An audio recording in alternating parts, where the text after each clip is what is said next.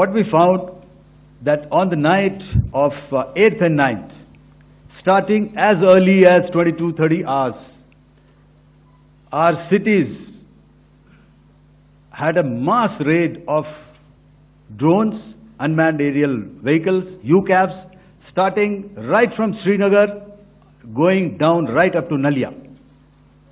It was a mass raid in waves, and it was relentless. However, we were prepared, and our air defense preparedness ensured that there is no damage on ground or to any of the intended targets that the enemy might have planned for. The difference between 7th night and 8th night was that on 7th night, he sent in his Yeha class of UAVs. However, these UAVs can go some distance, they are armed. However, on the 8th, less numbers of armed UCAVs were there or UAVs were there, and more numbers of quadcopters, maybe for surveillance or just for harassment of civilians. This continued till midnight. Our air defense preparedness ensured that there was no damage on the ground, either to the military installations or to the civilians.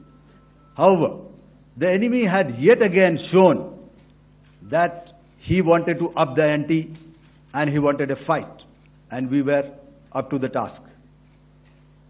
In a measured and calibrated response, we once again targeted his military installations, which included his SAM sites at Malirkant. This also included his surveillance radar sites at Lahore and close to Gujranwala. These were suitably addressed, and thereafter his drone attacks continued even till morning, which we countered, and during the daytime there was some respite. Here I would like to bring out another aspect. What we found was that while the drone attacks were being launched from somewhere close to Lahore, enemy had allowed his civilian aircraft to also continue to fly out of Lahore.